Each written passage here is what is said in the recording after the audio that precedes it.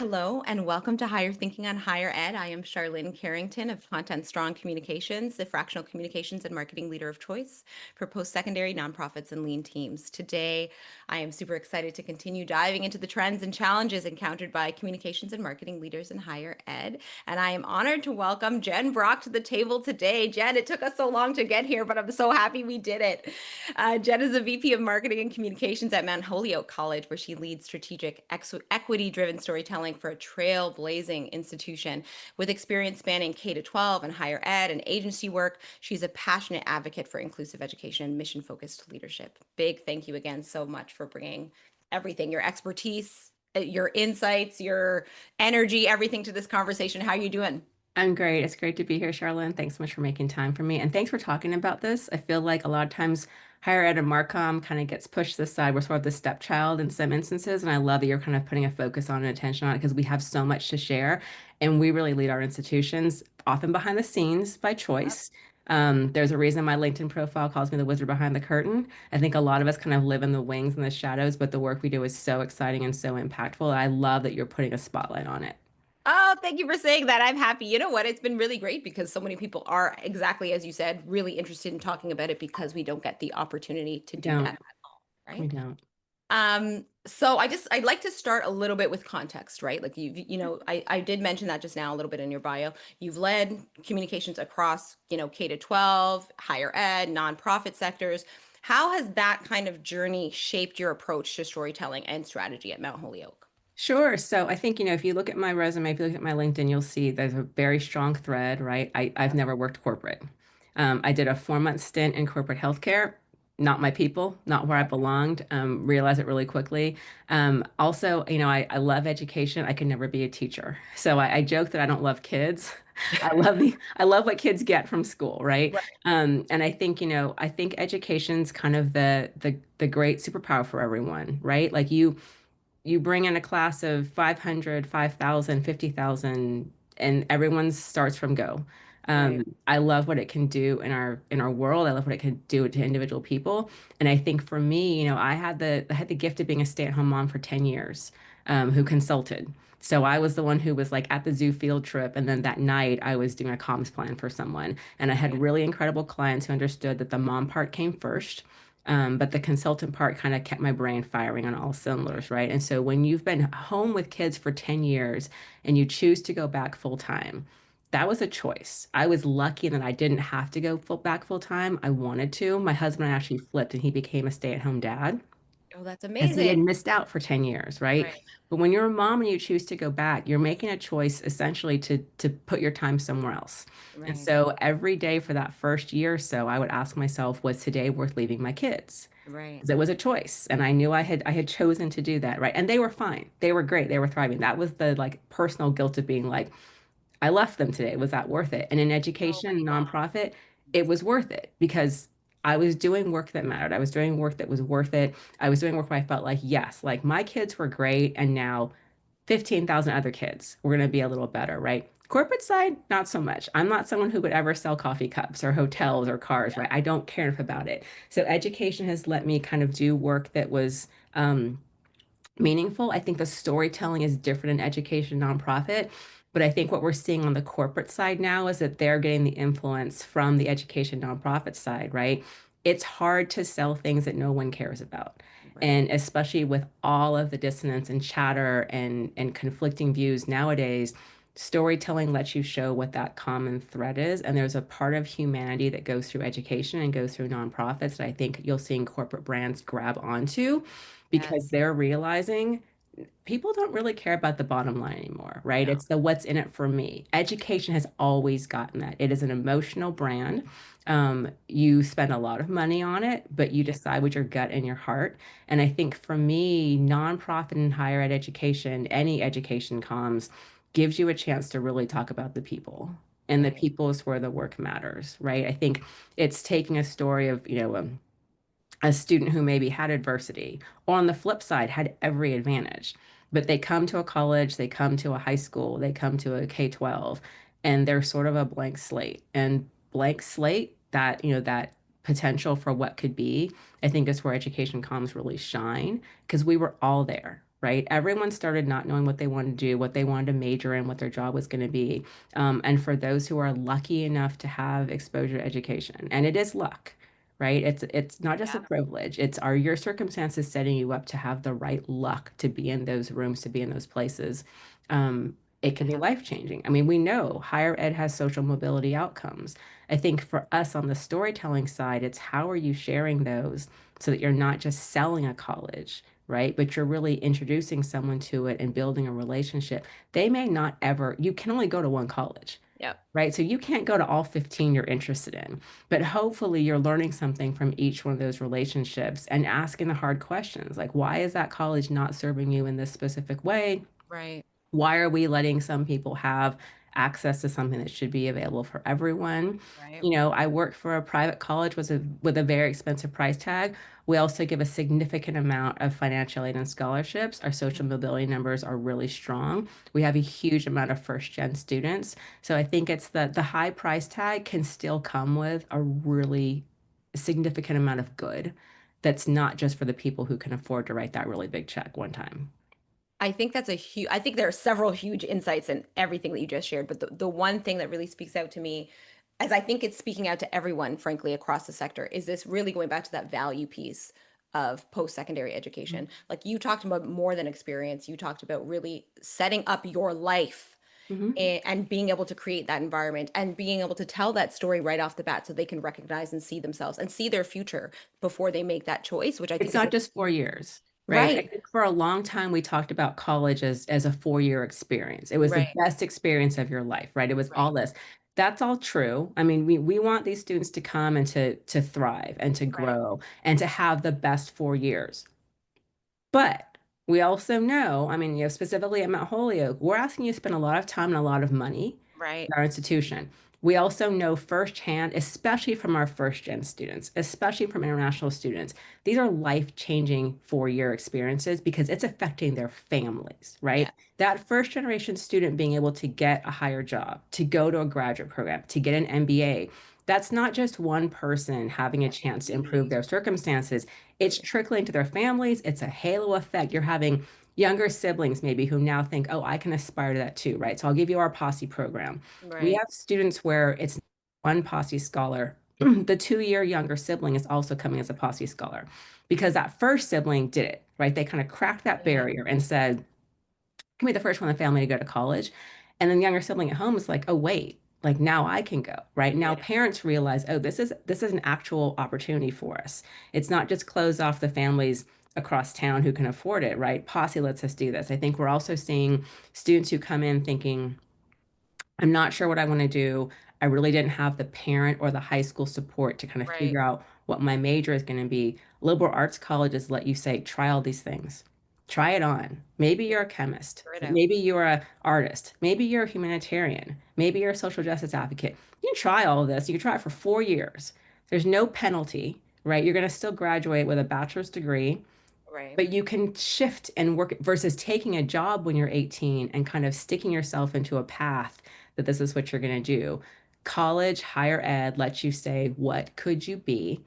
Right. And there's this immense positive impact on your community because now you're changing things. You're changing your Yeah. trajectory, but you're taking everyone with you, right? And you see where these kids then go home and friends in the neighborhood, other families, people in church, people at the community center are like, oh, like that one went to college, right? It's different. There's still this sense of like you're changing things. And I think it's I hate the term the breaking barriers. I don't think you really break them, right? I think you make little cracks in them Yeah. and you have to shove your way through, right? They're still not broken. We still have a ton of problems. There are still barriers. There are still ceilings. There's still a huge lack of equity. But I think higher ed, especially when it's done in a really intentional, deliberate way, Right. starts to chip away at some of those institutional systemic boundaries and barriers where we're like, well, wait, what does happen if you Yeah. send one kid who's first generation, one kid from a marginalized community, one kid who's economically disadvantaged, and then they get back to a family, to a community that says, what do you mean you're doing so and so, right? It never occurred to us that we could all do that. I think that's the beauty of storytelling, is that without the stories, without the Marcom, It's whatever assumptions you want to make. It's a bunch of Right. rich kids going to a Right. rich private school, right? Right. It's a bunch of inner city kids going to a school that's maybe underprivileged. No, you don't know. The storytelling, the marketing communications, all of that lets you kind of open that door and say, come on in and hear our stories. And maybe it's not that every single person comes to Mount Holyoke. They can't, right? We have a Right. limited population, right? We're selective, but there's so many colleges in this country that I think that storytelling lets you see pathways. And what I love about college is it really is a choose your own adventure, Right. right? I'm the generation that was like, you pick A or B. Yeah. Neither one's bad. Yeah. They go in different directions. And college, higher ed lets you say, well, what if I pick A, B, or C? What's the C path? Where does that go? What if I combine these things? Right. I think we have a lot of students who come in who really don't know where they want to be, but they're 18. They're They young. shouldn't, right? Your brain's not even fully done when you're 18. So Yeah. why at 18 you're saying, what exactly do you want to do? You go for 4 years and you figure it out and you find a path, you find mentors, you find connections, you find peers, and then we launch you. And we launch you into a host of incredible different things.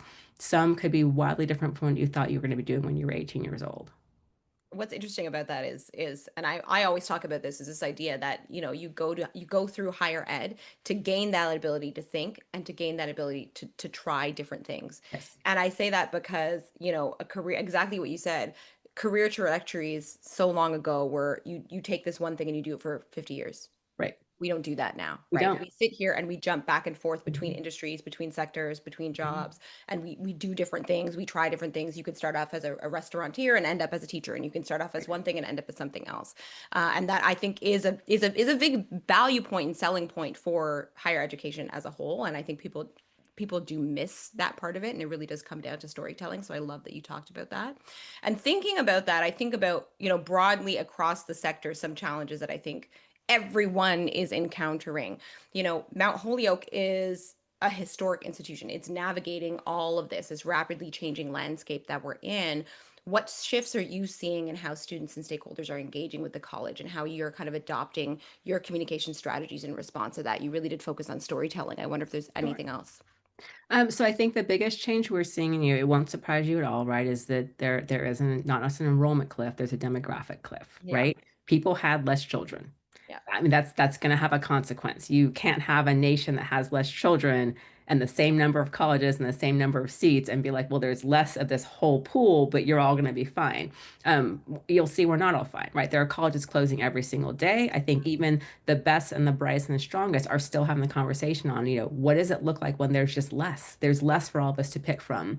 So I think that's someplace that, we're all looking. I think it makes it that much more important to be able to tell your story in a Right. really compelling way. But I think the difference is that as we flip from Gen Z to Gen Alpha, that personalization, it used to be like it was great if you could personalize it, right? Right. It was a bonus point. Now it's an Nice. expectation. It's Yeah. standard, right? We know Gen Alpha relies heavily on their own families. They're the true COVID generation. They were home with their parents more than any other kids, except for traditionally homeschooled children.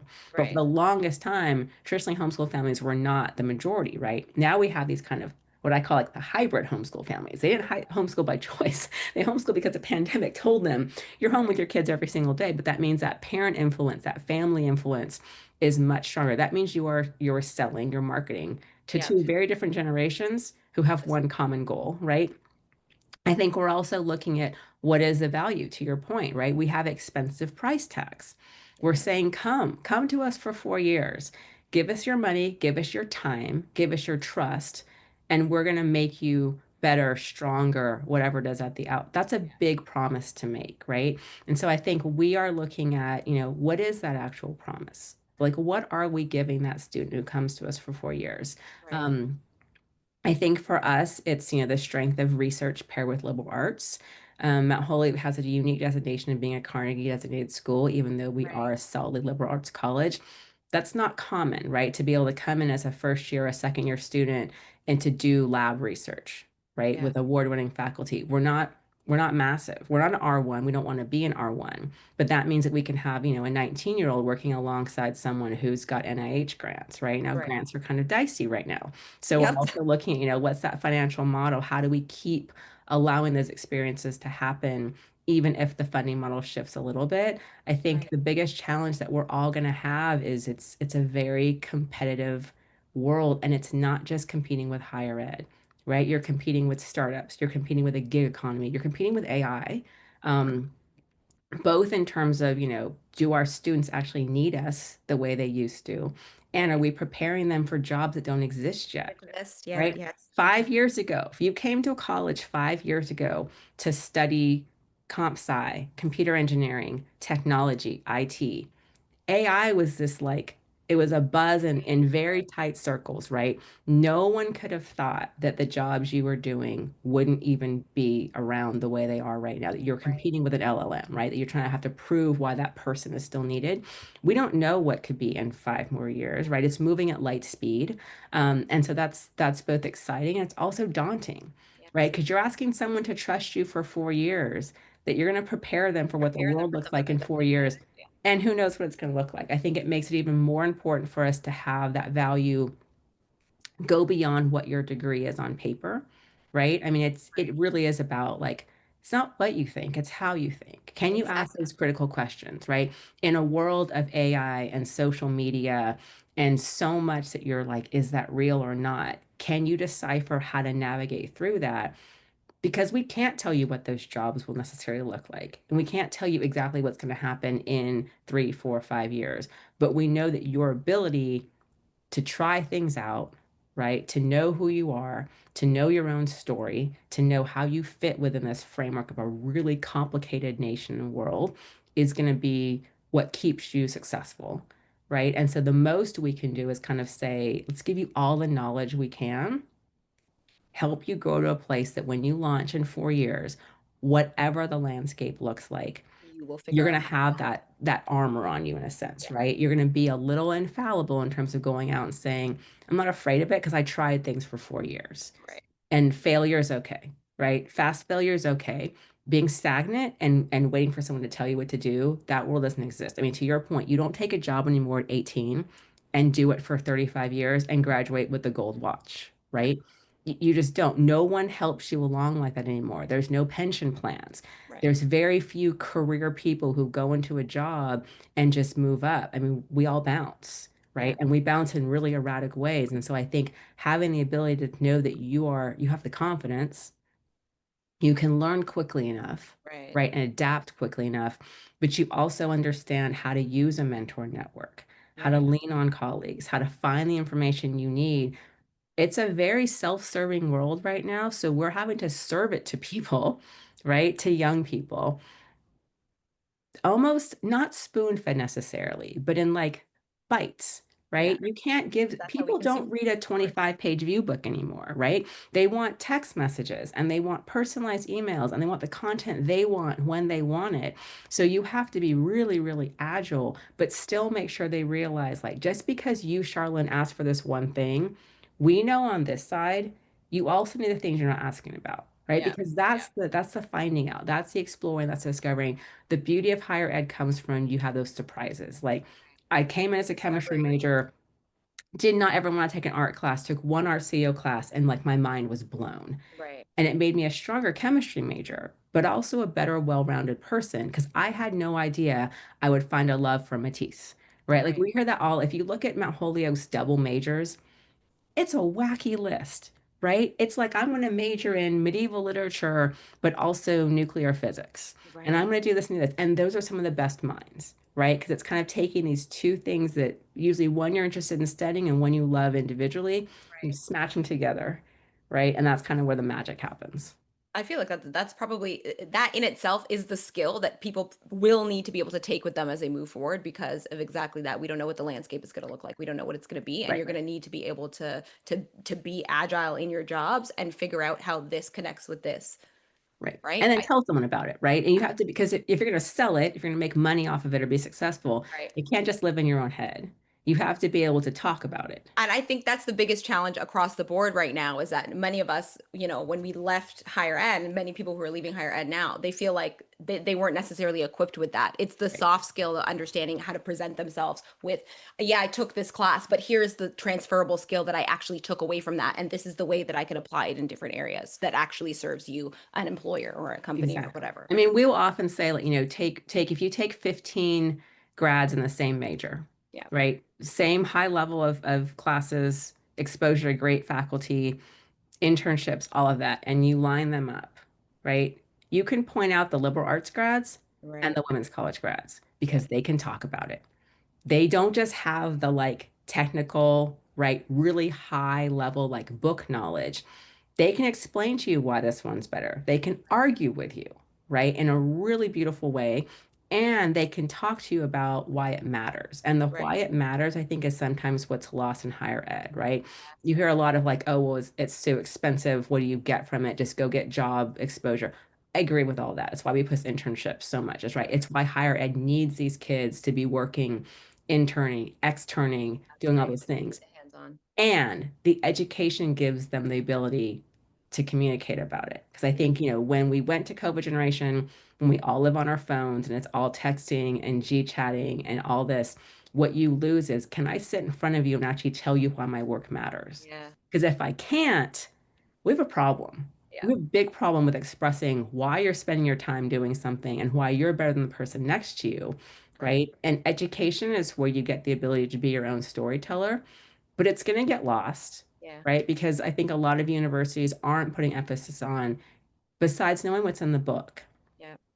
can that person even talk about it? Yeah. Right? I can tell you A, B, or C, B is the right answer, but can I You're tell right. you why B is the right answer and why it matters and why C is the wrong answer?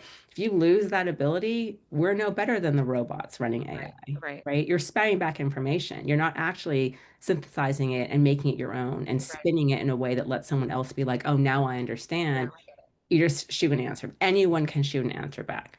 Yeah. Put you and me against ChatGPT and ask it the same questions. It'll be faster. Right. Of But course. ask it why that's important or what the consequence is. And that's when you and I would shine. Yeah. It's so true. I think that's the nail on the head, and I feel like that's you that insight in itself, but will for sure shape this entire conversation. And I think shapes so many other conversations coming out of this. I think about what you're doing, like more on a I don't want to say tactical, but I'm going to say tactical, more on a It's tactical tactical. level. Yeah. What kind of initiatives and strategies have been particularly, I don't know, successful in your role as of late, and where have you kind of encountered opposing to that? Where have you kind of encountered those challenges or resistance? Sure. I think one of our biggest struggles, honestly, is not just with enrollment, right? It's with our own current student population, Yeah. right? It's a difficult generation because they're inundated, Yeah. right? I mean, I don't know how they function. Like, it makes me tired thinking about what's hit on their brain every single day, Yeah. right? And keeping up with news alerts, social alerts, right? Keeping snap runs going, Yeah. figuring out what the latest thing is, getting on TikTok, knowing who else is on TikTok, things like Fizz that are anonymous and have a Right. really high, mental health risk to them. And Implication. then you add in that classes that are hard and challenging, right? Social dynamics, family dynamics. And so I think keeping their attention, right? I joke a lot that, when my kids were young, the thing with toddlers, right, is it's like 7 food exposures before they realize that they Yeah. like carrots or not like carrots, right? And I feel like with this college generation, it's 7 exposures before they really hear what you're trying to tell them, Yeah. right? Because I can put it in an email, a newsletter, a TikTok, a digital sign, a banner, and I'll still hear Yeah. that. I had no idea we were having an ice cream social with the faculty, right? And from where I sit, I think, You're how like, could you "What? have How?" I think it's annoying how many times we've told you, but their vacuums are different because I think there's so much So that comes much. through and crosses them every day, right? That what actually sticks, it will blow your mind sometimes. I'm like, that's what you remember from what we told you, and Yeah. all these really important things we tried explaining just somehow got through the filters, all the Right. filters, right? And so I think our biggest challenge is making sure that we come at it in multiple ways, right? Which from where I sit is really frustrating. Yeah. I should be able to tell you one time. It's important information. You should want to know it. But I've learned I can have that expectation. It's not true, right? Yeah. So being understanding about that generational difference and also the pressure they feel, right? I think, I can sit in my 52-year-old Marcom leader self and go, it can't be that hard. Like you're a student. And then when you sit down with someone who's 19 or 20 and you say, show me what your inbox looks like in a day. Show Yeah. me what your phone alerts look like in an hour. it's mind blowing, right? And the amount of attention we expect them to have on 55 different things in an hour. And now some of that is self-chosen, right? They want to have all those social alerts and news alerts coming in. They want to know all the things all the time. But we've conditioned them to do it, right? We Right. gave them all phones when they were teenagers. Right. We got them hooked on having all of this kind of instant knowledge and All the everything. time. We expected them to keep up with all of it. And so now, they're in college and we're saying, hone in, right? Figure out what you want to do, figure out where your strengths are. And they're having the 52 messages still coming in, which I think about a lot when I worry about them when those guardrails do drop off, Right. right? We're preparing them to be incredible citizens of the world. And higher ed's a safe place, Yeah. right? We have really phenomenal, but also caring faculty who will Right. have the conversation of, I get it. You didn't mean to not turn that in, or you didn't mean to miss whatever, right? Employers won't always be that kind, Yeah. right? The world won't always be that kind. And so I think it's a really fine line between how are you preparing them, Yeah. but how are you still making sure they're ready?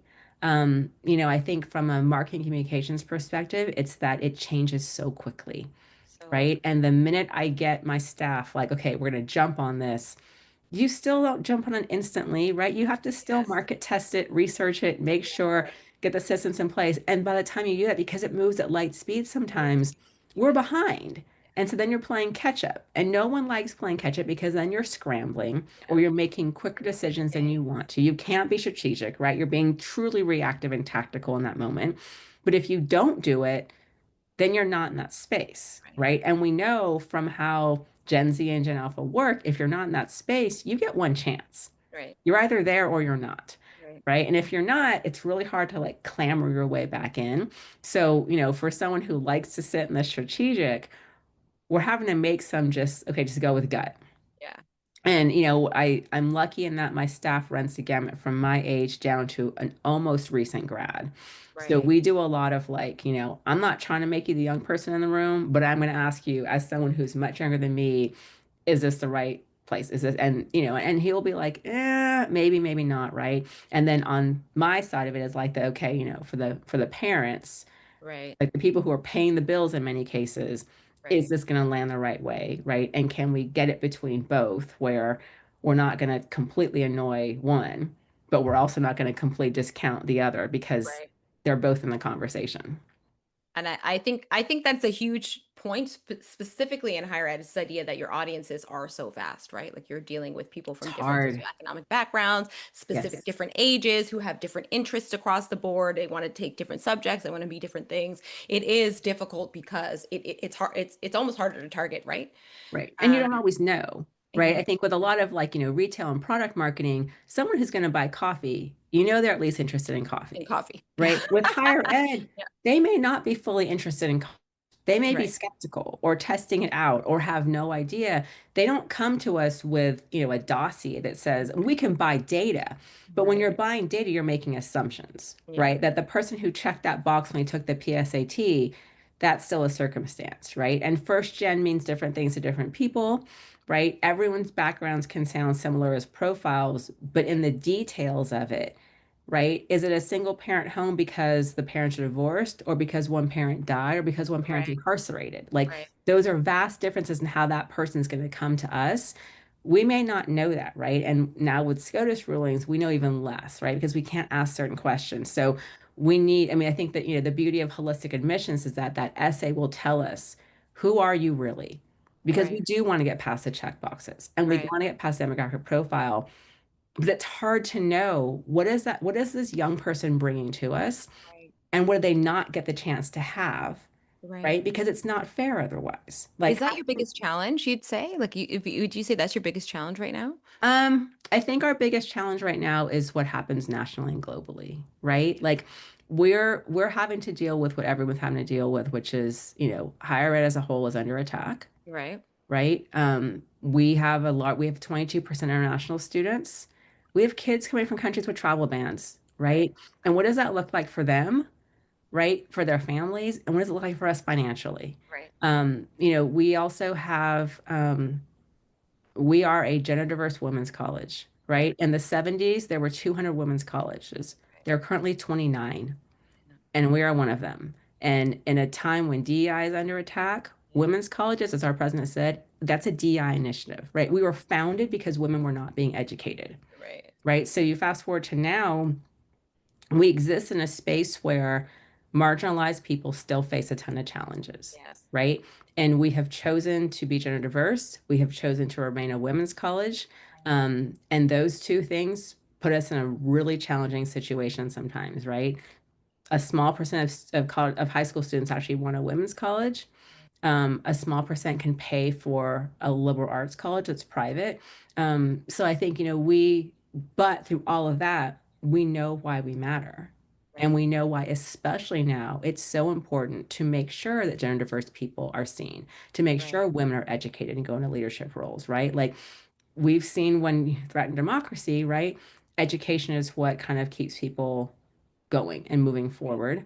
I think, having women's voices in the room, having people who are gender diverse in the room now is what's going to make us thrive, Right. right? At a time when there's so much being suppressed and oppressed. But I think it's hard. I think it's hard to look at a nation of very divided people and explain why you should choose a small college in Western Massachusetts that Right. has 2,200 students, that is a women's college that is gender diverse that maybe you haven't heard of, but we do phenomenal things because lots of colleges do phenomenal things, right?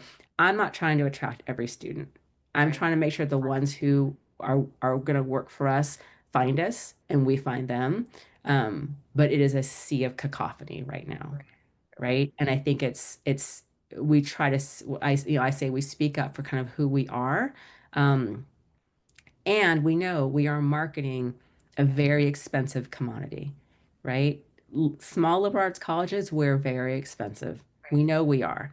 And we have to make it clear why, like what that investment is, what that value is, with a lot of really, really strong opposition, questioning higher ed in general, Right. questioning liberal arts in particular, and especially wondering why women's colleges still matter. I think that is, I mean, it's a huge undertaking. It's a huge insight. Um, and I don't know, how are you, I would almost say, how are you navigating that? Like, what is the biggest thing that you've seen that is helping you navigate? I want to get into goals and I want to ask you about metrics, but I want to Sure. know that piece is like, I mean, so it's. I think we talk a lot about our history, not to harken back to it, but right, to say we have been around since 1837, doing what wasn't supposed to be done, right, right?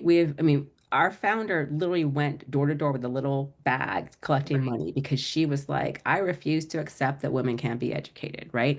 So now we refuse to accept that women, that Yeah. transgender people, that marginalized community, that students of color cannot be educated to the highest level possible because we know that they are going to do phenomenal things if someone believes in them and gives them a chance to have what somebody else has, right? And you're leveraging that in your storytelling for sure, because if I, Yes. like, I mean, we have a I would be, whole Forge and Dissent page, right? right. Like we were founded in the dissent of this should not happen. Okay, well, we dare you tell us why, Yeah. right? And I mean, if you've heard our president, like we are unapologetic. This is who we are, and it's important and it matters. And especially if you're going to question higher education, Right. then don't question why we're important because we're telling you this is what the difference is. Like we know we have, I mean, it's everything we've talked about, right? You take a student who's first generation, you take a student who comes from not first generation, but who maybe isn't sure what they want to do later on, and they have Yeah. these wild different interests, and you put them into a liberal arts college for 4 years, right? And they graduate and they create the most incredible company afterwards, right? Maker culture comes from liberal arts education. It comes from these two very, very disconnected things that someone shoves together and says, what if, right? What if we did this instead? I think we know that making sure that students have a sense of kind of what those infinite possibilities are, right? We describe as an intellectually adventurous education, Right. right? You're not in these boxes where we say, okay, here's what you're going to do, and then you're going to do this and you're going to do this, right? Although it's guided, kind Right. of a You want wide them to open path, discover. right? And the wide open path is where you combat the narrow-minded thinking, right? If Right. you're going to have someone who says, "Oh no, this is all that you can do," and we're like, "No, I'm sorry." That's like complete foolishness, right? Right. Like, no, no one is defined by these little check boxes. Right. I think one of our challenges is how you say that, right? It's taken us almost an hour for me to explain to you what we do. It's not as simple as saying we do X, Y, and Z, and that's it, right? Mhm. That's where it's messy and there's beauty in that messiness. There's Right, also a complicated way of having to explain and market and share what right, we do because right, when you have storytelling, it takes a story to tell it. right, I don't always get time to tell someone a story, right. right? I It's might get a one line banner ad. I might get a one social media post. I might get them hearing our name in an interview that someone does, right? And so it's consistently and continually making sure that Mount Holyoke College isn't overlooked as like, oh, I had no idea what that was, right? We are very well known in the Northeast. We're the first of the seven sisters. We're the oldest women's college in the country. right. And we are aware that that's a shrinking body of people who know and care what that means. Right, right. So you talked about just now, you talked about some of the things you do, like on the tactical side, you talked about banner ads and you talked about social posts and you talked about really trying to tell that story and all kind of the different methods that you're using to do that. What in terms of metrics, how are you tracking your success? How are you other than enrollment, I'm assuming, but you know, Sure. So, I mean, enrollment's a big one, right? We look at inquiry numbers, we look at applications, we look at yield. For us specifically in Marcom, we look a lot at social engagement, right, responses to, when we put out CTAs on emails and things. The two big audiences we track obviously are, prospective students, right? And then right, alums. So we have an alum right, community of about 40,000. Those are also our biggest donor community. Um, right, and we look at awareness, right? Responses to posts, how they engage with us, what they come to, questions they ask. Um, I think it's also, a market awareness in terms of like where are our peers and are we in those same spaces? Are we mentioned and share a voice to know like are we being talked about in the conversations we want to be talked about? Um, right, Anecdotally, right? It's things like, who's calling us? Who's calling us to get a quote? Who's calling us to find out if we want to be involved in an event? Are we in the right conversations? But for enrollment, it's hard. We don't, there was a time when I would tell you that women's colleges competed with women's colleges, right? When right, we would have gone, our competitive market was very small. It was Northeast, right, and it was, schools like Smith and Wellesley and Barnard, right? right. We compete with UC Berkeley, Yeah, right? We yeah. complete with Yeah, Texas. across the board It now. is a national market now. And some of that is because, right, women's colleges have this little niche. And so most prospective students are not only applying to like five women's colleges. Right, They'll have one or two in the mix, but they're also considering a lot. But when you're competing with an R1 of 50,000 students in California, right, and you're a small liberal arts college of yeah, 2,200 students in Massachusetts, there's no head to head. You're not going head to head, but we know that we do. We know that we lose when we lose students, we don't lose them to just the five other women's colleges around us. We lose them right, to places right. like UC Like Berkeley. women's schools. And that's Right, mind blowing, right? Because how would we don't even recruit from the same places. right, Um, but digital marketing has totally leveled that landscape, right? Berkeley is no longer only recruiting in-state kids in Northern California. that's They right. don't Yeah, have to. They can post one social post and it goes across the world. everywhere. And so I think, for us in terms of goals, like we're looking at where is our reach and where are we reaching? Because we can't reach Right, everywhere, right? Where are those kind of untapped markets that maybe, this may be a place that we traditionally have not put a lot of effort into, which means we may not have seen a lot of results from. I think it's staying relevant. I think, I think of enrollment marketing not as just about prospective students, but it really is brand marketing, right? Because yeah, if a 16-year-old in Texas is like, oh, what was that school again? We may not have targeted going after them. But if right, we're staying in the conversations enough that they see a random TikTok we did that we never expected that to be used for marketing, right, I'll meet them where they are, right? And I'll say like hey, here's one more TikTok. Here's another post on Insta, right? Oh, now we're going to geo-target you with an email because we're seeing a lot of interest from there. That's the beauty of what we now have, right? The analytics and metrics side. Before it would have been guesswork, but because right, it shifts so quickly, it's really hard to keep up with everywhere we need to put our attention because the risk you take is you dilute everything down, right? And you oversaturate in a really gross way where you're just trying to be everywhere. Um, we're not for everyone. And we're really okay with that. And I think it's trying to figure out who really needs to know about us.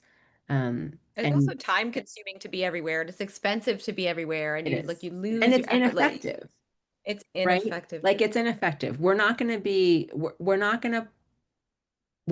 the college that pulls from every state every single year, and that's okay. Um, I think for us, I'm more, to me, it's a two part, right? Like one part is yes, enrollment is always key. And who are Right. we recruiting? Who are we attracting? The other side of it is that we're a voice that's needed. And that has nothing to do with enrollment, right? That's the former women's college grad and the education advocate saying people aren't speaking up right now. And so we have a responsibility in quiet spaces to be really loud and to remind people of what you can lose when higher ed is threatened, when women's colleges are threatened, when liberal arts are threatened. That has nothing to do with enrollment targets, right? Right. That's like a personal mission for us to say this is not okay. And we are Right. not going to be quiet. We've never been quiet.